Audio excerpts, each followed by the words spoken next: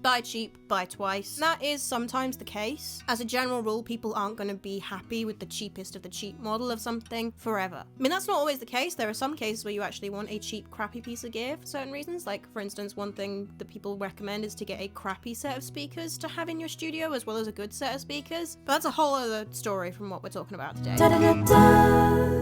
Hi guys, it's Summer, welcome back to my channel, and if you're new here, then welcome to the chaos. I do all things music related on this channel, from putting up covers and show reels to show people what I'm like as a performing artist, to my favourite kind of content, production, songwriting and audio engineering styly content, and then every now and then I do these sort of vlog styly videos where I'm just talking about something. This one is kind of a review, but also not a review. This is sort of a review in that I am talking about a product that I've used and whether I'm happy with it or not, whether I would recommend it, but I can't really tell you one way or another to go with this product over another product because I don't have enough to compare it to be able to tell you that. But more so than that, in this video I want to talk just generally about whether it is worthwhile going with a cheaper system if you're looking to get in-ear monitors or not. And we're going to sort of tackle the idea of if it's worthwhile going with cheaper gear in general, or if you're always better off investing more. Because honestly, I don't think this is a right and wrong answer kind of question. It's always going to be dependent on the situation, dependent on the specific piece of gear, what you're using it for, what options you're actually weighing up, whether it's going to be worthwhile spending more or not. Quite often you will see in musician Facebook groups, if you're part of any musician Facebook groups, and people will go on there and they'll look for recommendations on gear. In particular, gigging musicians will often be looking for recommendations in terms of PA systems they should use, speakers they should get,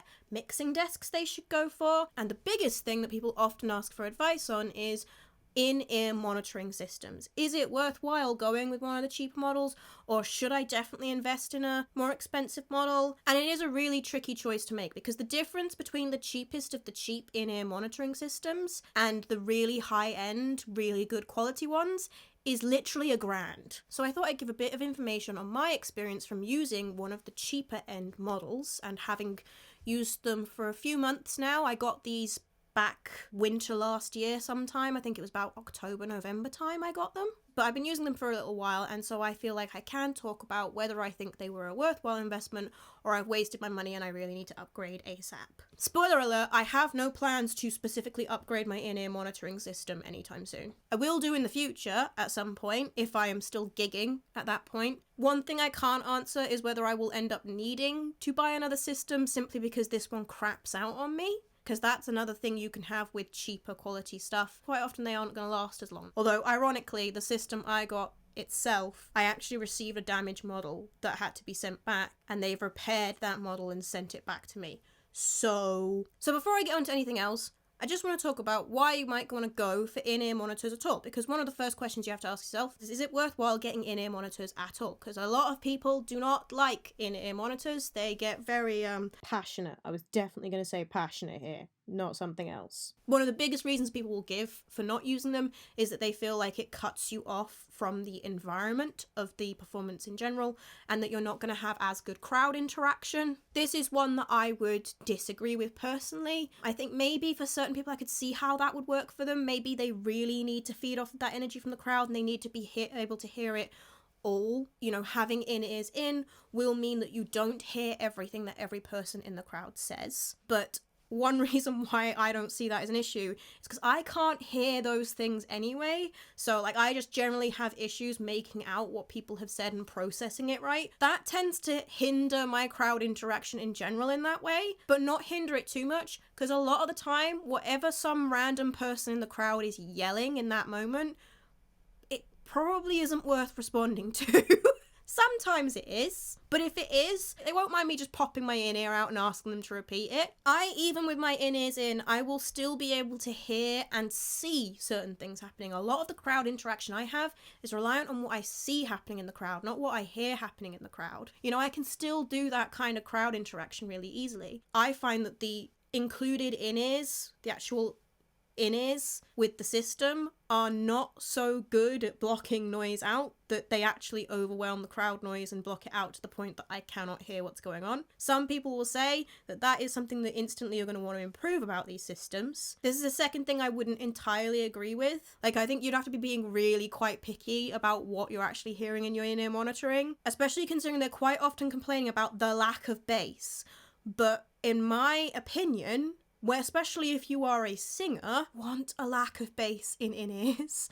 You don't want a huge amount of bass coming through in in-ear monitors because you're already close to the source of your voice. And once you block off your ears, if you actually try blocking off your ears and talking, you'll notice your voice sounds bassier. In fact, people will recommend this when they talk about doing a mix just for in-ear monitors. They'll recommend that you actually cut out a lot of the lows for a vocalist because they aren't going to need them so much. And having too many lows coming through here is actually just going to lead to it being muddier and harder to hear yourself. You actually want more clarity in that high end than anything else because that's where the vocal lives. But I'll come back to that in a sec. But anyway, these are some of the things that people talk about when they're talking about why they don't like in-ear monitoring systems. Here are some of the reasons why I have benefited massively and I'm a much better performer and don't feel as exhausted after gigs, specifically because I use in-ear monitors now. I tend to get massively overwhelmed by too much noise, and I really struggle with picking out the noises I really need to be concentrating on, so talking to people in crowds has always been really hard for me, and monitoring myself in a noisy environment, even if my on-stage monitor is good, the mere fact that I can still hear all of the crowd noise and every little thing that's happening out there, every now and then I will pick out exactly what someone said in an exact moment. And rather than that being a good way for me to interact with the crowd, it winds up making me forget lyrics. Putting in-ear monitors means that I don't have as much of that distraction going on because it is dulled down. I am cut off that little bit from the crowd. I'm not hearing the general hum and buzz of the crowd.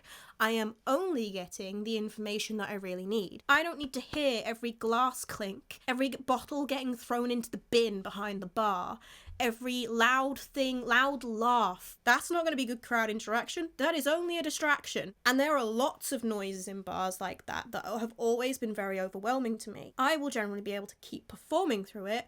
I'll try my best to shut it out and to concentrate on what I'm doing, but I will not perform as well often because of it, because I can't let go as much and just perform because I'm having to try so hard to regulate that. I also would find that it meant that I was shattered the next day after a gig. I was so tired. In-ears have helped massively with that. So if you are someone who struggles with finding those big, loud, noisy environments really overwhelming in that way, but you love performing, you are a great musician and you want to perform and you know you can perform well, then in-ear monitors are probably the thing for you. They are also generally, most singers will tell you this, better for monitoring singing. When you're monitoring your singing, you actually don't want to hear a lot of what else is going on in the track so much. A lot of singers I know that use in-ear monitoring systems, they will say that they basically have nothing but their vocal and a tiny bit of backing track, and you have a lot more control over what you're actually hearing, and you will hear everything a lot clearer if it's going into in-ear monitors because it's not getting flooded with all the other noise in the room. I also really struggle with just the fact that my brain goes at like 1,000,000 miles per hour constantly, and it's quite often quite difficult for me to concentrate on tasks and not get all over places. Like, it's not just the distractions in the room that can be a distraction. My own brain is capable of distracting myself sometimes. It's not just that they tune out a lot of what else is going on around me, it's that they make the sound of me performing and singing going into my ears more concentrated than hearing it off anything else. And so I find that my brain does focus more on my performance when I have in-ear monitors in. Let's talk about whether you should bother with a cheap one or not. There are lots of cheap in-ear monitor systems out there. I have known people who've used the X5 ones who have been relatively happy with them. So I went with one of the LD systems. I went with their MEI, or is it May? Don't know how I'm supposed to pronounce it, if it's just letters or what. Anyway, their 100G2 one. They do one down from this and one up from this. So I didn't go with the cheapest of cheapest models, and I didn't go with their slightly more expensive model. I was weighing up between this and the main big expensive model, the Shure ones that everyone recommends. One day I may well opt to go with one of them instead. We will see. Because there are some issues I have with it that I reckon that's probably what you pay more to improve. But they're all going to have some sort of transmitter that will be plugged into your desk in some way. There's the inputs on the transmitter here. An antenna to transmit the radio waves out with. This receives that radio signal and then sends it through earphones to your ears. Cheap systems, it's the signal between these two that often is going to be the thing you're compromising on. I find that this system overall, I get a good, strong signal from it. However, I will occasionally find that the signal sort of crackles and it can break up. When it's at its worst, I have had some hisses and some popping of this, that tends to happen most when the batteries are starting to get low in here, and it tends to last up to an hour before you start to get that that crackling and that popping more. So I find that when I'm playing a gig and I'm playing 245s, after the first 45-minute set, I swap out my batteries for another set. But yeah, basically I do notice that the signal is not always the best it could possibly be. Sometimes it can be bad enough to be distracting, but that only seems to happen when the battery is particularly low. I also find that sometimes it takes me longer to set up, because sometimes I have to be searching through, because basically you have to set each of these to the same channel so that they can hear each other, and sometimes I will have to try out a few different channels before I find one where I get a good enough signal. Sometimes I won't find one where I get as good a signal as I do in other venues. I am happy enough with this that it works fine for me. I have had some issues, some teething problems, getting used to it, getting it set up right, but so far I haven't had any significant issues using this model. If I were prioritizing gigging more, and like that I wanted that to be my big main piece of income, I was putting on a lot of big shows, like I really was investing more time and money into the gigging side of my career, then I would fully recommend getting a more expensive system than this. Don't go with a cheaper system then. But if you are like me, where gigging is one form of income you have, and you aren't necessarily aiming for it to be the biggest, most significant form of income that you have, like you're looking to make money in other aspects of music, and in order to do that, you're gonna have to invest more money into those aspects. Like if you're looking to make money recording and stuff, you need to invest more in a studio space, don't you? You shouldn't have a problem going with a cheaper system overall. Like I said before, a lot of people will talk about swapping out the earphones in one of these systems quite quickly, because they tend to have quite cheap, not great quality actual in-ear bits. Specifically, one of the things people talk about a lot is the fact that they tend to fall out of your ears quite easily, because obviously if something isn't actually molded to your ears, it's not going to stay in very well when you're moving around. But it's not so big an issue, because it's easy enough for me to pop them back in, and you tend to you get a bit of a warning before it's going to fall out. Like it starts to get loose before it falls out. So if you start to notice it getting loose, just remember to pop it back in, otherwise it will fall out in the next song. I also don't think that the issue that you might have with the actual in-ears themselves and being able to monitor your vocal best can be resolved by simply improving the in-ear monitors that you're specifically using. I think that the quality of your monitoring is decided a lot more by what you're able to do on your mixing desk than it is the actual in-ear system. Because the in-ear system has no control over how loud your vocal is in comparison to the rest of the track, and it has no control over any EQ settings. My mixing desk is very basic. I have a Yamaha 400BT Stage Pass model. That's the PA system I use. It comes with a mixing desk that's just part of the system. It's fine for the venues that I play mostly. Something I would really like to have is a mixing desk that allows you to have different settings in terms of the volume and maybe the EQ settings, but mostly just the levels. More than anything else, the levels. There'll usually be a place on the desk that's labeled either monitor, and then you'll have a dial on each channel to send signal from that channel to the monitor, as well as to the main out. My desk doesn't have that. It only has one output dial on each channel. The only thing I can change is the overall volume of the monitor output. So I can't change how much guitar and vocal I am hearing in my in-ear monitors. The downside to this is that generally what I want coming out of the system is going to have louder guitar and quieter vocals than what I want in my in-ears. I want a louder vocal signal in my in-ears than guitar signal. My in-ears are irrelevant to that. That's the desk that is why I can't do that. And that's going to be one of the bigger factors in whether your in-ear monitoring works well for you, is being able to control your levels. I know pretty much no one who uses in-ear monitoring who would choose to have the house signal just through their in-ears. Having a desk that allows you to change what signal is actually going to your monitors is probably the thing that actually will resolve a lot of issues people have with in-ear monitors, more so than changing the monitors themselves. Anywho, that's just like a throwing information at you guys of everything I have found with having these in-ear monitors. Stuff for you to think about if you're looking at getting some yourself. Overall, I would say that if you are not like high-end level looking to do really big venues and, you know, the investment in a really good quality in-ear system is going to be worthwhile for you, if all you want is just something to help you monitor yourself a little bit better in your basic pubs and clubs gigs, most of the cheap systems are probably going to work fine for you. And most of the people telling you they aren't, they're probably being really fussy, or